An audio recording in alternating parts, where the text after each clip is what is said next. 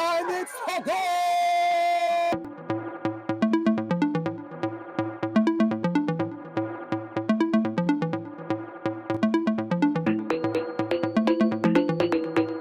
Yeah, people, welcome back to the Jump Hill Fan and the first KSAFA recap of the season. We're here to look at a couple of games that happened over the weekend, but we're going to zero in on our main game, and that was Santos hosting Brownstone at the famous Beltran Oval.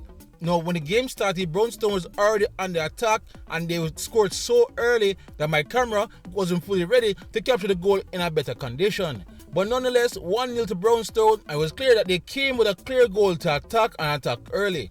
Santos never exactly, recuperated well enough, I felt, after that. It didn't seem that they had a coherent plan on how to attack and break down that Brownstone defense, while Brownstone, on the other hand, seemed that they were clearly a well-drilled team and had a clear idea of what they're going to do in this game.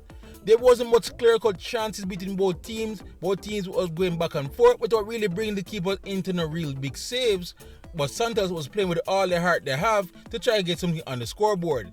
But unfortunately for them, Brownstone doubled their lead in roughly the 30th minute from one of Santos' own free kick in the box. Brownstone keeper came and claimed and boot long for his number 9 Markland, and with the ball taking a surprising high bounce off the turf, the Santos keeper was left high and dry but still went to challenge, but Markland was brave and got the header in first, and the ball trickling in, also agonizing into the empty net.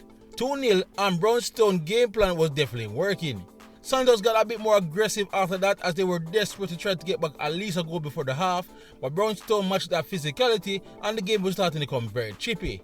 Actually, I would say a little more than just chippy. A lot of crunching tackles were flying in, including this one. That's how the Brownstone player got his second yellow card and then his marching orders. Now you would think with Brownstone down to 10 men and Santos being the home team that they would be desperate to get back into this one, but honestly I didn't exactly see much really change it in the flow of the game.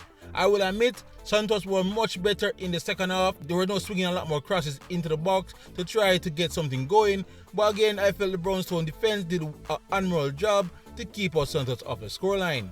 And there were even a great chance for Brownstone to even triple the lead when they got this penalty right here. But unfortunately for them, their penalty taker got a little bit underneath the ball and it skied over the bar. After that, Brownstone coaching staff made some changes and it seemed that they were now getting in a more defensive shape, and now Santos got more free reign to really come at that back line. But again, after some close calls, especially from set pieces, Santos just never looked like they were going to score that day, and that's how it eventually petered out. So the whistle eventually blew and it was an impressive opening day win for Brownstone on the road to Santos. So it was a decent game, a very physical affair, but in the end, I felt that Brownstone were much more prepared and was ready to take the game to Santos. So some work for Santos to do before they host again in match week 2. So again, that's my recap of the main game. Here's Rachel to take you through the rest of the remaining pictures about the championship and the KSAFA Major League. Last year beaten finalist JDF kicked off the 2024/2025 season with a rumble clash with Super League new boys August Town. The men in red held their own though, despite being back in the big time, and even went ahead in the first half. Unfortunately for them, the Army men rallied and achieved parity before the end of the half to secure themselves an opening day point in the jungle.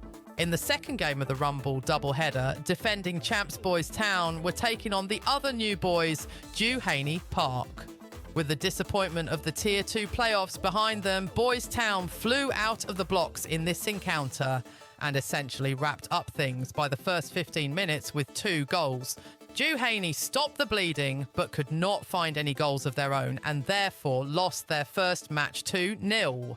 Constant Spring are considered to be the favourites to win it all this season and was hoping to justify such faith with an opening day win at home. Things got off to a great start with a goal in the 38th minute, but they were pegged back by a plucky Shortwood FC team that found the equaliser in the second half to collect a point on the road. Real Mona got the best of Barbican FC in a topsy-turvy game at Buttercup Park. Both teams traded goals, but Mona took home the 3 points with a 3-2 victory. And finally, Olympic Gardens start off the season with an impressive win at home against Marvy Hewenden FC. It was a close game, but the home fans at Kling Oval went home happy after seeing their team winning 1-0. The new Major League season had also kicked off this past weekend. Red Hills beat Ligonnais 1-0 on the road. Corville demolished Pembroke Hall 7-0. Maxfield got by Seaview 3-1. Mountain View beat Bull Bay 2-0. Ormond Woodford lost 1-0 to New Kingston. And Police and Rockfort was not played. And now here are Match Week 2 fixtures on the screen.